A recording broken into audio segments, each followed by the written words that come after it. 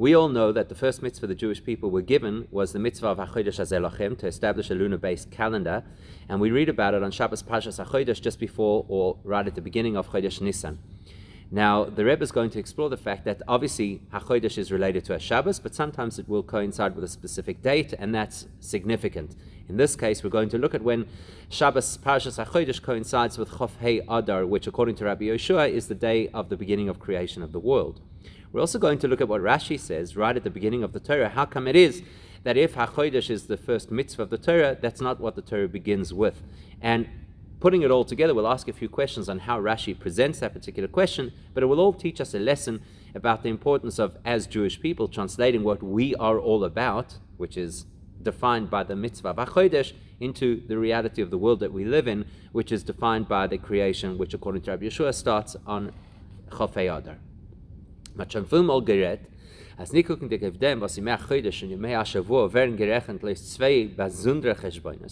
fact that, of course, the days of the week and the days of the month follow very different cycles, they're independent cycles, like the day of the week does not necessarily have to coincide with a particular day of the month. So therefore, if you have a date that is specific to the calendar, like the 15th of Nisan is always Pesach, and then it coincides with a specific day of the week, namely Shabbos, we have to then conclude that the two types of holiness that coincide on the same day, the fact that it is Shabbos because of the cycle of the weeks, and the fact that it is a Yom Tov because of the cycle of the days of the month, so you expect that they're two completely independent concepts. There's an idea of Shabbos, which happens weekly. There's an idea of this particular Yom Tov that only happens this time of the year. And you'd assume that they have no correlation, connection at all. But that's not really the case. But of course we know that every single thing that happens in the world, and certainly things that are related to Torah, are very precise and are by divine providence. You have to conclude that the fact that this particular day of the month happens to coincide with this particular day of the week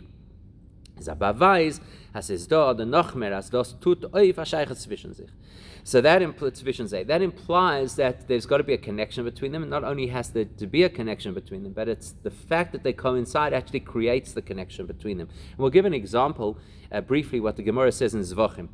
The Gemara tells us in Zvachim,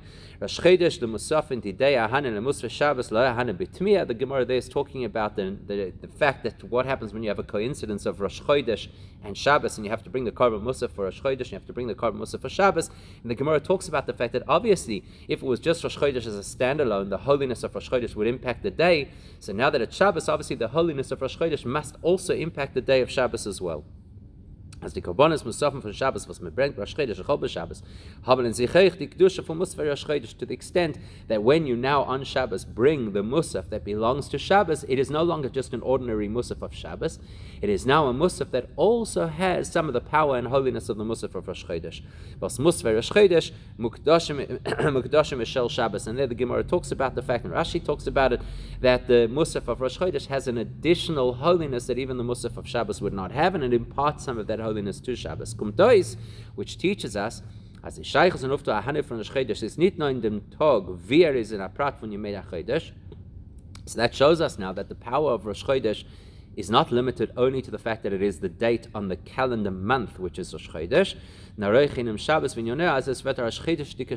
it has an influence on the Shabbos. So Shabbos would always be a holy day, but now that it coincides with Rosh Chodesh, the Shabbos is a Rosh Chodesh styled Shabbos, a Rosh Chodesh themed Shabbos, and it's got some of the power and impact of Rosh Chodesh. So so we can apply the same logic to our circumstances when we're talking about Parshas HaChodesh.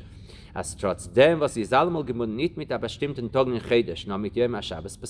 Despite the fact that Shabbos HaChodesh is always going to be about a Shabbos, it's not linked to a specific date on the calendar. So obviously it feels like it's very much a Shabbos-oriented day.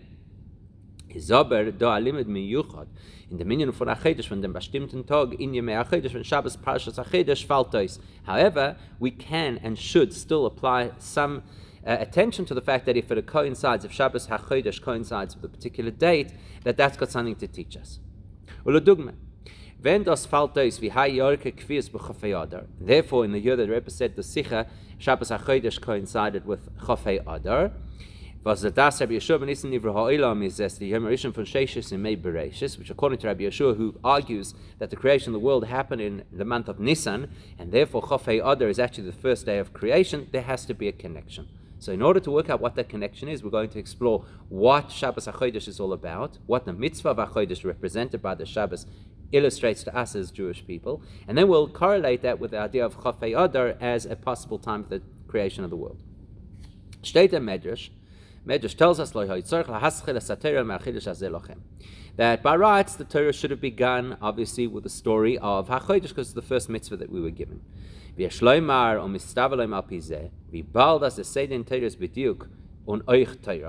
So now here's an important point. When we describe the order of how things work out in Torah, that's very specific. It's designed with a very specific intention. So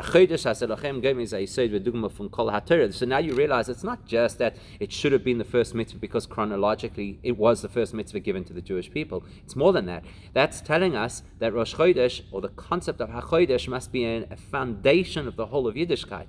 And that's why it should have appeared chronologically first. And that's why the Medrash says the Torah should have started with it, not only because of where it appeared historically, but because it represents everything about what Judaism is.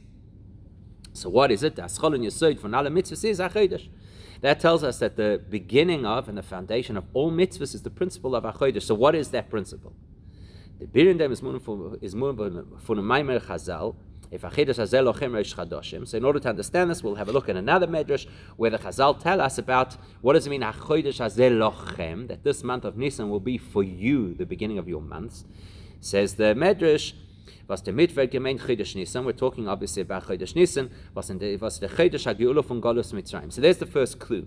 Nisan is a time of Geula. So what is the foundation of the whole of Torah and mitzvahs? Is the idea and notion of Geula, of breaking out of an element of Golus. As Kishaboch, Rabbi Yaakov of Kova Borish Chedesh Geula. So then the Medrash says that when Hashem created the world, He made a beginning of a cycle of nature, and then when He chose Yaakov and his children, in other words, Bnei Yisrael, to become His special nation, He gave them a new cycle, a cycle of Geula. Das heißt, as the avodah von Yaakov of Kiyam mitzvahs is zu uftan the minion von Geula in Olam Bach HaKadosh Baruch Hu be'olamai. That immediately tells us that the whole purpose of all of our Yiddishkeit is that we should achieve the concept of Geula in the world. That's why it says when Hashem chose His world, and then when He chose the Yidden. So our job is to bring Geula to the world, and how do we do that? Through Torah mitzvahs. So the foundation of Torah mitzvahs is the notion of Geula. Welt mit Tzadatzma is in a matzah from Golus. The natural state of the world is to be in a reality of Golus. Val Olam is from Lashon Helem. As we well know, the word Olam comes from the word Helem, which means it's in a state of darkness, concealment, you don't see godliness. That is the natural state of the world. Elikus is Behelem Vehester in Welt. That's the natural state. Godliness is completely concealed in our world, left in its raw state.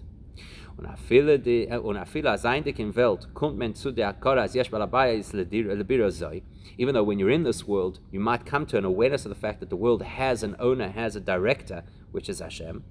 But there's a limit to which the world illustrates to us the fact that the world has a controller. So for example, you look at nature and you say this cannot happen on its own, and it's so finely tuned and it's so perfectly balanced. There has to be something, someone, some force that directs it all. But that's as far as it will go. It will only help us to appreciate Hashem as in the control of the things that we can witness. Or to say it in a different way, the world only facilitates us having a relationship with or an appreciation of Eloikus that is calibrated to and limited to the realities of our world. So the world will allow us to see those things. Aber durch die Avoide von Eden bekäme Material Mitzvahs, wird aufgetan die Ingen HaGeula. Me geht heraus von dem Mitzorim und Halames, but what Torah Mitzvahs allows us is an opportunity to break out of all of that, and not only to recognize Hashem in the context of a world and its natural processes controlled by a higher force, but to be able to relate to Elokus, which is completely beyond all of that, beyond nature, beyond the world, beyond rules, beyond anything that we can observe. How do we get there? Through Torah and mitzvahs.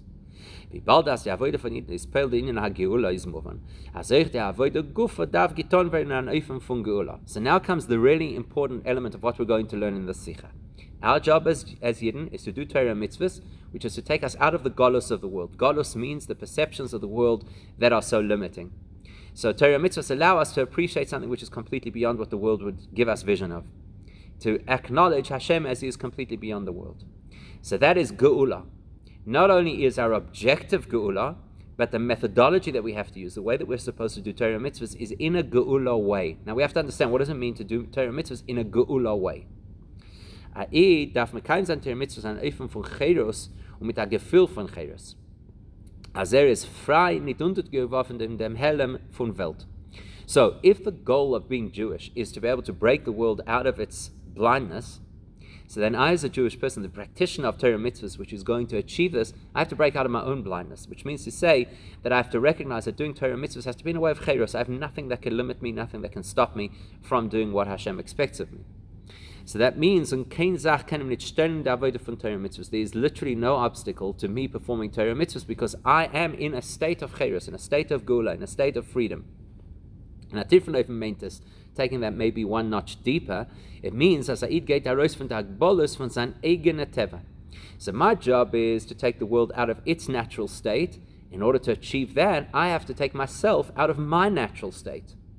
In other words, that a person doesn't only engage in those parts of Judaism which he enjoys, which he appreciates, relates to, has a geschmack. And even then, let's be honest, even those things that I enjoy, I only dedicate myself to them to the extent that my natural self would allow. So the goal is to do every one of the Torah mitzvahs with an incredible energy and enthusiasm which comes from the depths of my neshama. That would be my personal geula, and my personal geula would facilitate the geula of the world. So the objective of Torah mitzvahs is to take the world out of galus, to open its eyes to a state of geula, recognition of Hashem totally beyond all the realities of nature. And the method to achieve that is that each of us as individuals has to break out of our own personal galus, which is our personal natural state, to have the kind of chayes enthusiasm for Torah mitzvahs which comes from the depths of our neshama, not from the reality of our natural being. Und der Öfen von Torah mitzvahs is merumas in dem Namen von der Parsha HaChodesh mit Lashon Chidush. All of that is encapsulated in the expression HaChodesh, which comes from the word Chidush, something which is fresh, new, and innovative. Ki Torah mitzvahs darf nicht getan werden also wie mit an alte eingewöhnte Sach. The way that we do Torah mitzvahs shouldn't be as if it's something which is old, something which we're very used to. We kind of blasé, we've been there, done that. But our attitude and approach to Torah mitzvahs should be that every day Torah mitzvahs is brand new. Brand new. Was man tut es mit Chayes und Übergegebenkeit, which obviously would then mean that we dedicate to Torah mitzvahs with an incredible dedication and an incredible enthusiasm. Was das drückt sich aus mit keinem Torah mitzvahs mit dem größten Hider, was ist möglich. And the way that you would see that in practice would be that we do every one of the Torah mitzvahs in the most beautiful fashion possible. So we don't just get away with the basics, we completely invest in our Torah mitzvahs in the best way possible. So how can you demand of people, of us, that we should do Torah mitzvahs in a way that it's fresh and new all the time? The reality is I'm a human and I have a body, and my body has now become habituated, and this is what I do. I learn Torah, I do mitzvahs, it's who I am. So how do I find this freshness and this newness and this chayus that isn't necessarily naturally there? As long as a person is trapped by the parameters of his own natural reality and sense of self, then you actually are stuck and you cannot break out of it, because this is me and life is about me and I am who I am and I'm stuck. But when a person is able to break out and leap out of their own ego and self, Which means that a person achieves Yitzias Mitzrayim in the most deep personal way, breaking out of the restrictive nature of a person's own self, then it is possible that a person could actually do Torah mitzvahs on an ongoing basis with the freshness and newness as if it was the first time you were doing it. And that's what we're supposed to do. That's our objective. That's our challenge as Jewish people. Not just to be observant, not just to do what Hashem wants, but to do it with this freshness as if today was the first time I was ever doing it, which means I throw my all into it and I do it in the best way possible. So kemen meinen. As das Salz is gered geworden, no, ben get some sugavit von der Torah mitzvah. So a person will say, that's great, it makes sense, I get it 100%. We're talking about Torah mitzvahs, things which are given from Hashem, so they have the potential, and that makes sense. Was is shaykh to the neshama, because Torah mitzvahs speak to the nature of my neshama, and my neshama can do these things. From Chod, Torah mitzvahs are angetan in dvarim gashmi inyonim melam hazeh. Everybody will acknowledge that in spite of the fact that Torah mitzvahs are represented in physical terms, right? We do physical mitzvahs with physical things. We learn Torah using physical books during a space of physical time, but we understand that it speaks directly to the neshama, and we understand that the neshama has power, and we get it. This can work. It is possible in the context of Torah mitzvahs to reach a point of this overwhelming enthusiasm and freshness of Torah mitzvahs all the time. But ohne dem is verstandig wie also man compel sein bei sich die Zaresken von Mitzrayim. So there we get it. We get that we can break out of Mitzrayim from the Mitzrayim Magbols from Teva Guf und dann die Arbeiten öffnen von HaChodesh. So we get it in the context of Torah mitzvahs, because we're operating on neshama on the neshama framework. We can break out of all the barriers and we can really, really do amazing things. But now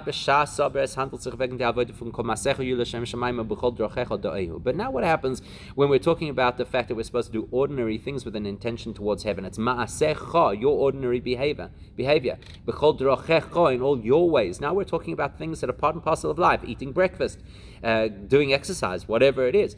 How are you telling me that there I can have a freshness every single time to break out of my golus, my natural restrictions, in order to be so fresh and dedicated to Hashem? That doesn't seem to make sense. You're talking about my body now. You're talking about how I engage with and in the world. So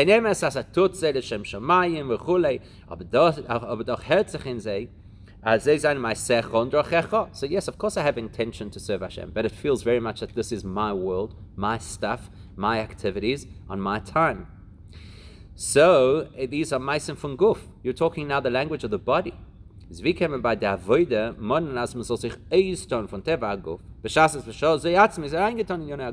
now it doesn't seem to make sense. You're expecting that I should break out of the reality of my physical body at the same time that I'm acting within my physical body. How's that supposed to work? It doesn't seem to make sense. In the context of Torah mitzvahs, I get it, we can do these supernatural things. But in the context of day-to-day life, how do we do the supernatural recreation of self every single time? So if them is dodi ayro from the kfus from Shabbos Parshas HaChodesh was falta is b'chofei adar. So that's what we're going to learn from the confluence of HaChodesh and the 25th of Adar. That when they come together, that teaches exactly this message.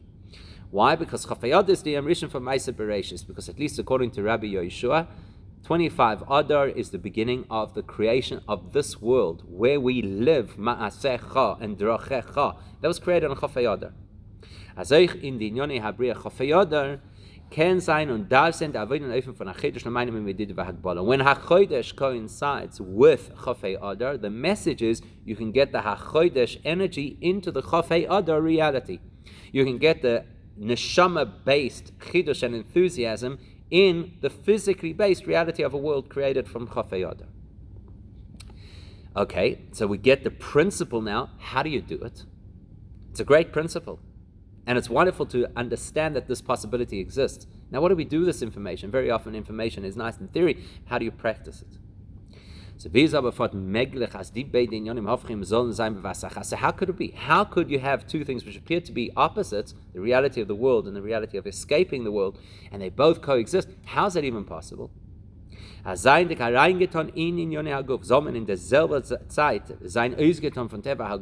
How can you insist that at the same time that I'm very much engaged with the human physical reality, at that same time I should be beyond the human reality?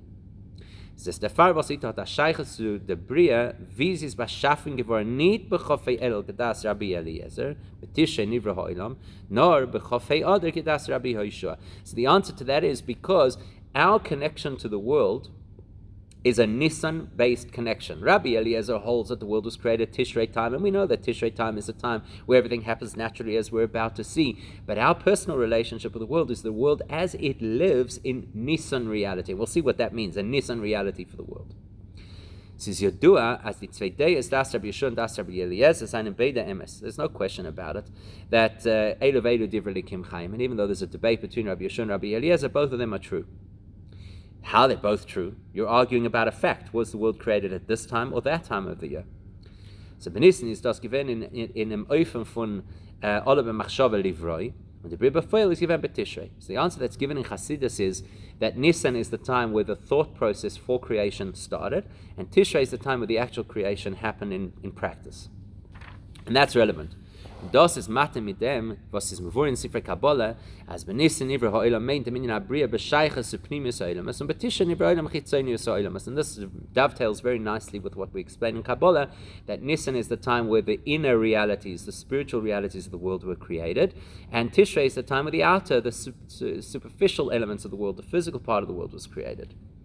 So Chitzonius Ha'olamas is wie Welt setzt sich in Chitzonius Lein Bosser as a Dava bifnei atzman ifrit von Elikos. When we talk about the so-called external world, we're talking about the observable world, how we experience the world. There's something independent of Hashem. That's our reality. Let's be honest, when you look out of the window, you don't see godliness shining at you. You see trees, you see concrete, whatever it is that you see out of your window, and you think of it constantly. We all do. We think of it as that's what it is. We don't think of it as pulsating divine energy. We see it as a car and a person and a tree. Die Sabas is von Dibur Yisbarach, the Dibur is HaChodesh Baruch Hu Chashav Maise, was Dibur wird nimmt sich bei von as zet ois legaben Nivroim, wie wollt given Kvayach an Nifr von ihm Yisbarach. Now that creation called the Chitzonius Ha'olamos, that's the creation that happened through Hashem's speech. Speech is something which appears to become independent from the person. The minute the word is out, you can't take it back. It's out there now. The rumor mills are working. The words have been shared. They cannot be unshared. Whereas Pnimius Ha'olamas is Viveltis B'Pnimius, there's a deeper dimension how everything of creation, including our physical world, exists at a deeper level of Elikus, where it's Miyuchot mit Elikus, where everything is clearly one with Hashem. And das ist Sabas von B'chinas Machshavte Yisborach B'dugma V'lahavdi Lamata Bleit Machshava Alamo Miyuchot mit Nod Macheshev. That part of creation, we call that Hashem's thought. Why? Because when you think, it's always part of you. And it doesn't ever get shared with somebody else in the thought level. So it's 100% part of you. This is the reality of the world as it is part of Hashem. So Tishrei represents a world that has begun to feel independent and separate from Hashem, and Nisan represents a world that still is absolutely clear that it is one with Hashem, and there is no separation, there cannot be a separation. And das is echt die Sheiches von die zwei Inyonim Isavat zu HaChodesh and Tisha v'Nisan. So now you can see the connection between the months and these two modes of creation. The avoid von Tishrei is b'derech mamata l'maylo avodas hatshuva. The primary way that we serve Hashem during Tishrei is tshuva, which means we who are distant from Hashem move towards Hashem. We who are low move ourselves upwards to connect. The von Guf was man darf sich umkehren zum Eibischen is mochach. As frier is men gewem ruchak von Elikos. The whole notion of teshuva presupposes that we were obviously distant. That's why we have to return. So we felt a break. We felt a detachment. Und mit der Dagen Avodah setzt sich an mit Abschittes, wie Welt ist am Metzies. Und mit Avhoben Reis, wie ich hoches als Yesh Balabais der Birozoi. So if you're in the reality of Tishrei, then you're coming from a reality that says the world is real. Prove to me now that there's Hashem, and then I'll approach Hashem, and I'll dirsh Hashem b'motzeh, and I'll do all these things, and and all these wonderful things. I'll do those things once I become conscious and I'm able to convince my nefesh habahamis that there is actually a God to connect with.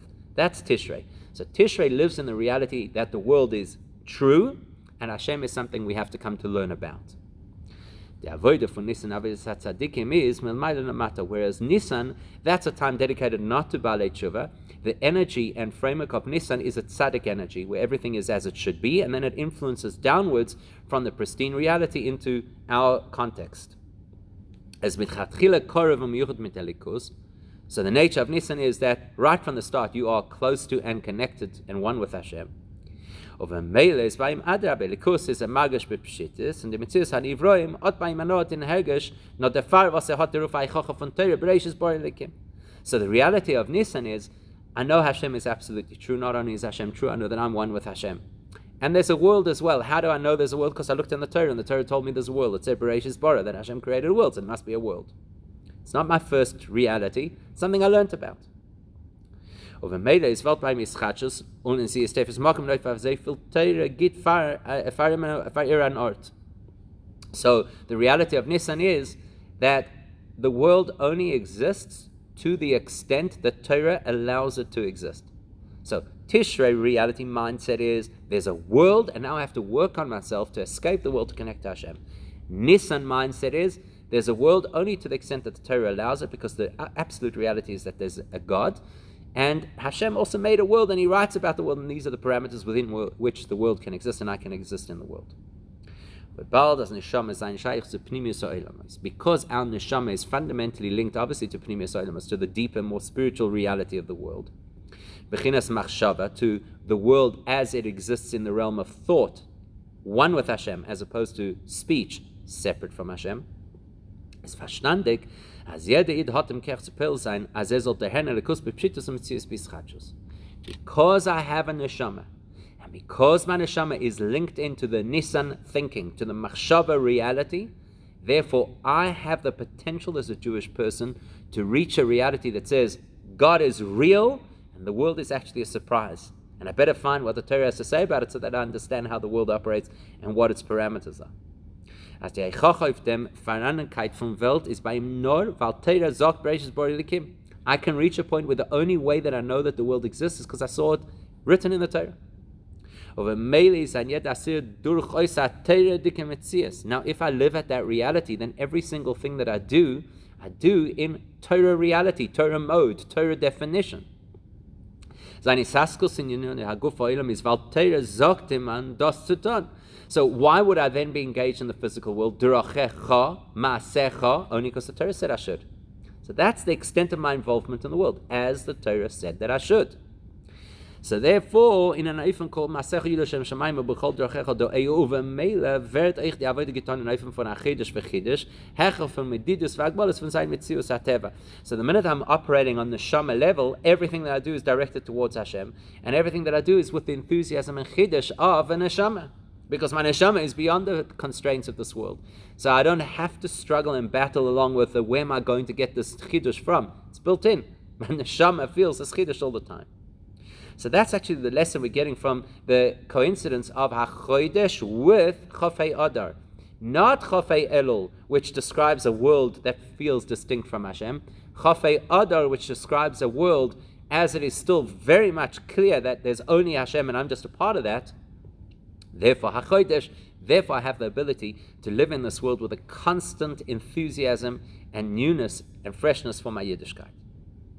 Ve'yesh loimer, as otem in the chibur von HaChodesh mit Chofei Adar is Rashi Merabbis in the Maimon lo hoye tzorich haschos HaTorah me'HaChodesh hazeh lochem. Now this principle that HaChodesh hazeh lochem is the fuel that allows us the possibility of living in the world, a Chofei Adar world, a world where I'm conscious that it's one with Hashem, so I can have that enthusiasm. Rashi actually alludes to this entire principle in the way in which he poses the question of, shouldn't the Torah have started with HaChodesh? So he says, so Rashi says the Torah should have started with HaChodesh hazeh lochem. Where does he say it? When he comments on the first pasuk in Torah Bereishis. The L'cheira is nitglatik. The truth is the two questions about how Rashi says it that don't seem to make sense. The second question has a part A and B. Question number 1, Aleph. Everybody knows that Rashi's normal course is not to first tell us what is difficult to understand in the pasuk and then to explain it. Generally, the way that Rashi does things is he just goes straight to the answer, straight to the explanation, so that you realize there was no question in the first place. So stellte doch Friedi Kasche loy heute zur Haschos HaTorah elem HaChodesh hazeh lochem und heute nicht gleich mit dem Pirsch Pasach Bereishis from Kerch Meisav higlam losses lohem nachlas goyim shim yoim bechulei. So how come over here in this Rashi does Rashi spell out the question for us it doesn't make sense that the Torah starts with Bereshis, because it should have only begun with HaChodesh Hazeh Lochem. Why did it begin with Bereshis? And then he gives the answer. Why doesn't he just say, the Torah began with Bereshis in order to teach us that Eretz Yisrael belongs to us? So that's question one. Why does Rashi have to first present the question before the answer, which is out of character? Question number 2b is, man soll sagen, als man nicht dann, wollte man nicht verstanden, die Schwierigkeiten dem, was Posach wie Bereshis, seiden ist für Masbit die Torah. Was gehört zum jüdischen Volk hat sich gedacht, annehmen mit HaChodesh Hazeh Lochem Shei Mitzvah Rishonah Shenitztavu Bo Yisrael. Okay, let's say that for whatever reason it is, Rashi had to tell us, because we would never have known on our own, we would never have thought there's anything untoward by starting with Bereshis, and therefore he had to spell it out for us. Let's just say that that's actually true. There's still two questions to ask on how Rashi presented it, because Rashi seems to include information that we don't need to have, and that's also out of character for Rashi. Rashi is usually very succinct. Why is it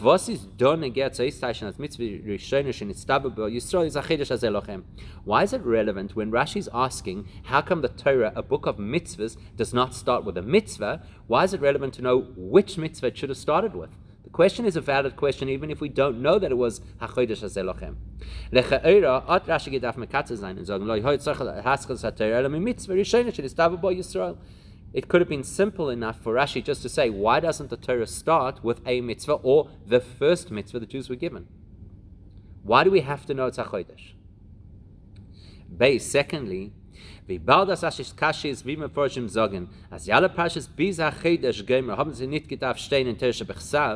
now, once you look at the various Mefarshim, you realize Rashi's question is not only why Bereshis and not HaChodesh. Actually, his question is, why the whole Sefer Bereshis?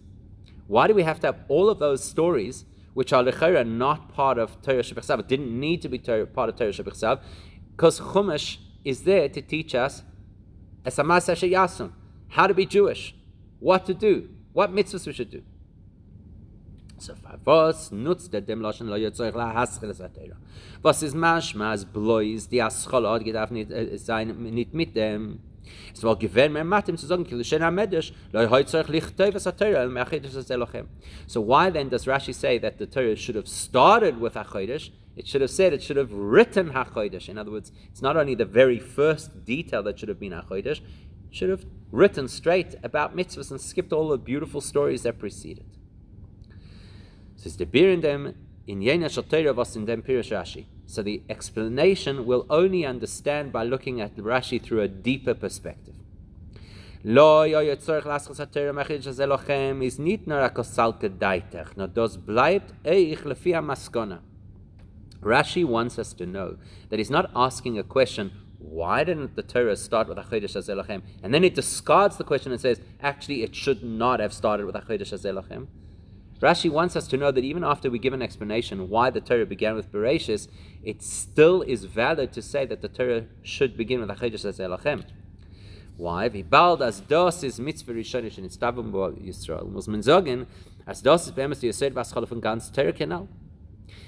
Surely, if, as we've already explained earlier in the Sikha, the idea of HaChodesh Hazeh Lochem is the basis and foundation of the whole of Torah, then that remains, and it's not only that it should have been mentioned first, the fact is it remains. The notion of HaChodesh Hazeh Lochem remains the underpinning of the whole of Judaism. Und das meint Rashi meramis zu sein mit seinem Pirush Bereshis lo yehoye tzorich lahaschel HaTorah elo me'HaChodesh Hazeh Lochem. That's why Rashi starts off his explanation, Dafka, using not just a question actually, he's using a very strong language.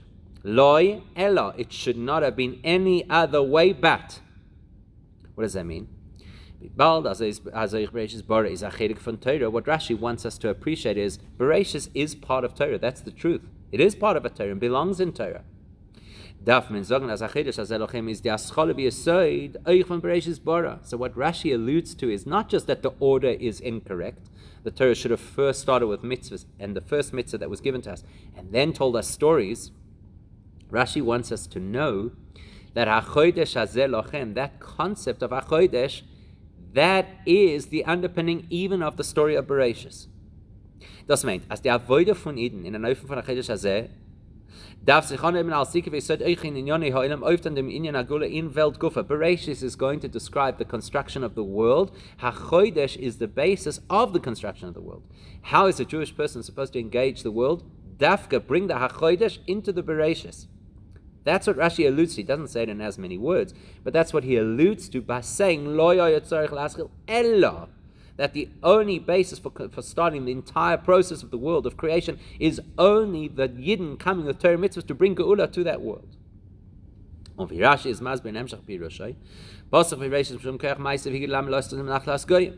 Rashi explains this very clearly. He says, why did Hashem first tell us about the story of creation? So that we would know that Hashem controls the parts of the world and decided to give us Eretz Yisrael, which means der Avoide von den besteht, in dem as eich nachlas goyim welt soll werden ausgelesen, nie begehen in Reshus von Yidden. Right from the beginning, the Torah wants us to know nachlas goyim, the part of the world that belongs to a goyish headspace that believes that we're independent of Hashem chas v'sholem. That has to be transferred to Jewish ownership. That means that means that the whole purpose of the world is that the world falls into Jewish hands, so that Jewish hands can take the world and give it its context. That the whole world should become a platform for knowing and acknowledging Hashem. That's what Torah is all about. That's what HaChodesh Lochem is all about. That's what Jewish life is all about. Geula, to redeem the world from its constraints and to reveal godliness in the world. How do we do that? By redeeming ourselves from our own constraints to have the HaChodesh attitude and experience in every mitzvah that we do. Now we're going to add one more layer to the story before we wrap it up with a personal lesson. Another layer of connection between HaChodesh and Chafei Adar. As we well know, when the Torah spoke about HaChodesh HaZelochem, it was talking about Rosh Chodesh Nisan, which means Yom Vav L'Maaseh Bereishis Adas Rabbi Yeshua, the talk from Brias HaAdam. If we go with Rabbi Yeshua, who says that creation began on Chafei Adar, then Rosh Chodesh Nisan is the day humans were created. And we've already discussed that is in the level of Machshava. And das the Keshem mit dem Maimon Chazal anal, if HaChodesh HaZelochem, Kishebochar B'Yaakov Uvanov, this is exactly what the Medrash was saying. When Hashem chose the Yidden as the special nation, that's when He gave them a Chodesh of Geula. Weil in dem Tag ist beschaffen geworden der Adam und damit hat sich aufgetan dem Indien von Aveda Sodom von Bocher B'Yaakov gewonnen in an Öfen von Chiddush und Geula Kanal. In other words, what it's telling us over here is that this is the day that Hashem decided that they're going to be people. And out of all of those people, they're going to be a central group of people, us, the Yidden. And our purpose is going to be to take the world to its fruition, that it should become HaChodesh HaZelochem. So it's very valuable to look at things in context of Chafei Adar is the beginning of the notion of creation.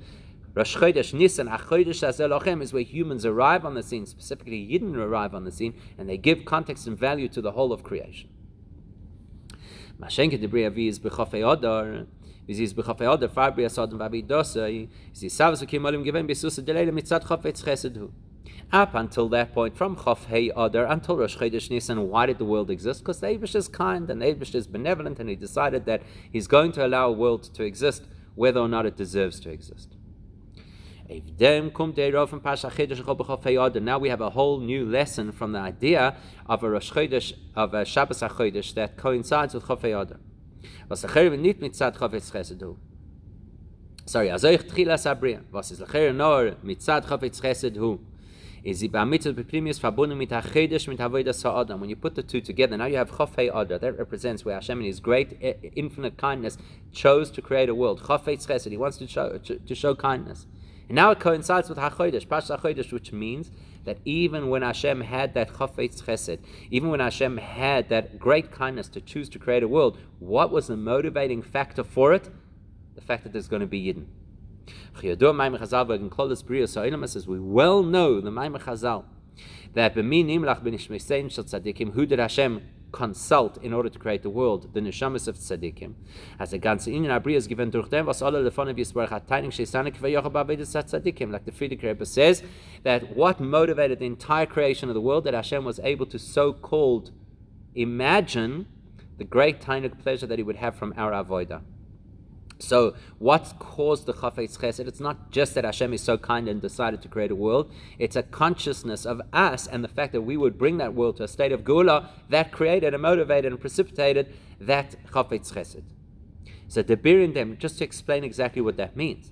Das, was die Bria ist mit Zad Chofetz Chesed, who is Valkeinem Abria, das heißt, wie der Eireliki ist noch in ganzen Echer von Geder Eilam es Vinivroim.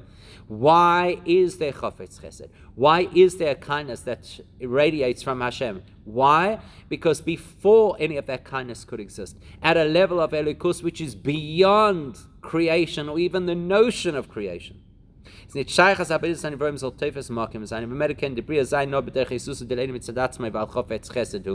obviously talking about a reality where human input doesn't touch because there is no human, there's no concept of a human yet.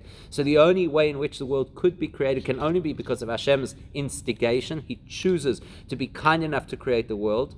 On the one hand, aber miidach is mitzad dem was Chafetz Chesed hu is das Gufa bringt as Avodas Hanivroim soll haben atvisses mokim.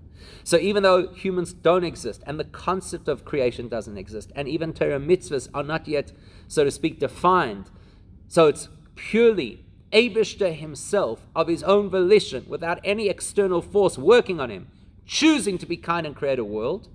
Yet the minute he does that, he chooses to make us absolutely integral and valuable, and that's what makes the world worthwhile. And that's why the minute there's the Chafetz Chesed, straight away all of the Machshava Hashem has the intention that there's going to be Avodah Sat Tzadikim, which will make it all worthwhile. So Chafei Ada represents Hashem's unadulterated input to create a world, straight away linking into HaChodesh as Elochem, that we're actually the purpose for which Hashem wanted to do that in the first place. Was das eine von den Biurim in der Torah von Magid, as the Bria is given b'shvil sheyusod tzadikim b'chol dor. This actually gives us an insight into something Magid of Mezrich said, that the Eibishter created the world so that there would be tzadikim amongst the Yidden in every single generation. And because Hashem is beyond time, so therefore the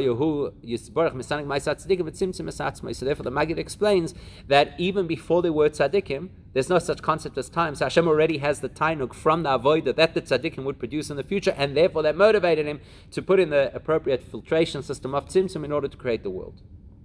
As by Bos Vedom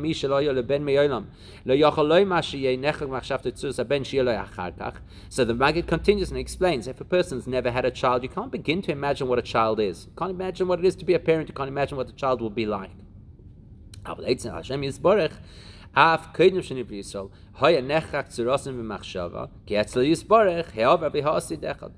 He explains, but in the Eibush it doesn't have this problem. Even before Yidden exist, even before the concept of Yidden exist, the concept is there.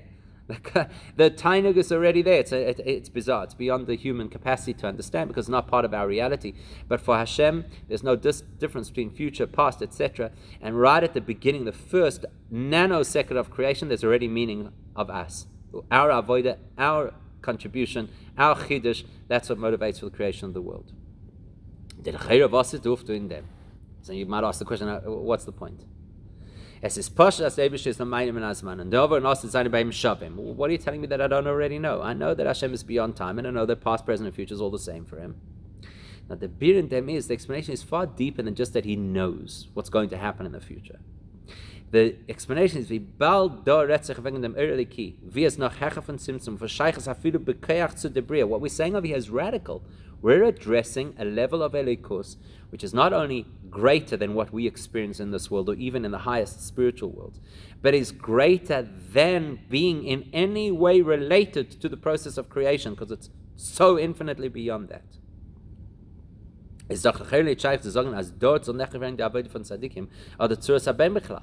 Logically, it would not make any sense that our reality should have any place in that consciousness. In other words, if there's something that I know through multiple steps I'll eventually reach that point, then I get it could still be in my head already now. But if I'm talking about a level of elikus where the concept, the notion of creation is unthinkable, the chidush is, in spite of that, our reality is nechkak. It's not just that Hashem is conscious of it. Our reality, the fact that we're going to do Torah mitzvahs, is nechkak, is ingrained inside that level of elikus, which is completely beyond creation. Yes, it doesn't make logical sense, but that's the fact. Wie kann man sagen, als das ist die Sibbe von den Tzimtzum und Bria? So now you're going to ask yourself a question. Okay, so here's something which is so bizarre. You're describing an element of Elokus which is completely beyond the world, which still has nechkak inside of it, the reality of the pleasure we'll give to Hashem. How does that influence creation? You're talking about a level of Elokus which is beyond influencing creation. Das tut mir nur mit Zadem, was sie aber bei Osid Shavim. In der Inyan von Meisat Tzdikim und Sus Haben Shavim Nechek geworden, befeuert in der Beginnes von Chafetz Chesed, was ist in ganzen Hechen von Ivroim, bis als das ist Sivs Atzimsum V'Abriya. So that's the brilliance of this concept. When we say that past and future are irrelevant to Hashem, we don't just mean that He can know things in advance. We mean that there's a reality that will only come about in the future, a future that is so divorced from the current reality, because the current reality of Hashem prior to creation is there's no shaykhus to creation. Creation cannot even be thought of.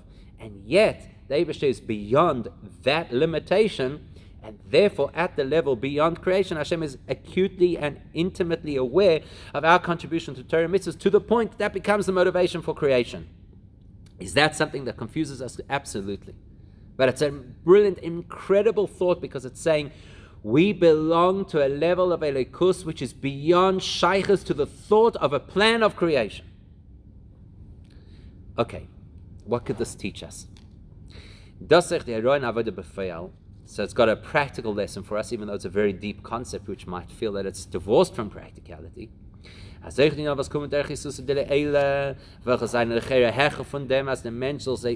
sollen sie etwas öffnen durch seine Avodah. So now a person's going to think, look, there's certain elements of my spirituality, my experience, which is also delayed, that Eibishter does something, inspires me, and it's completely beyond and unrelated to anything that I'll do.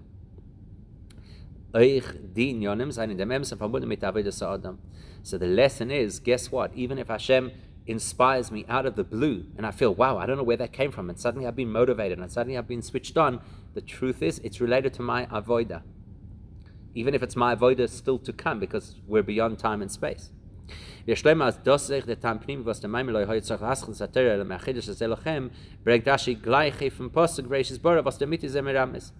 In fact, that's actually alluded to in the way that Rashi Dafka discusses the principle that HaChodesh Hazeh is the underpinning of the whole of Torah. Where does he discuss it? Specifically at the point of Bereshis. Why?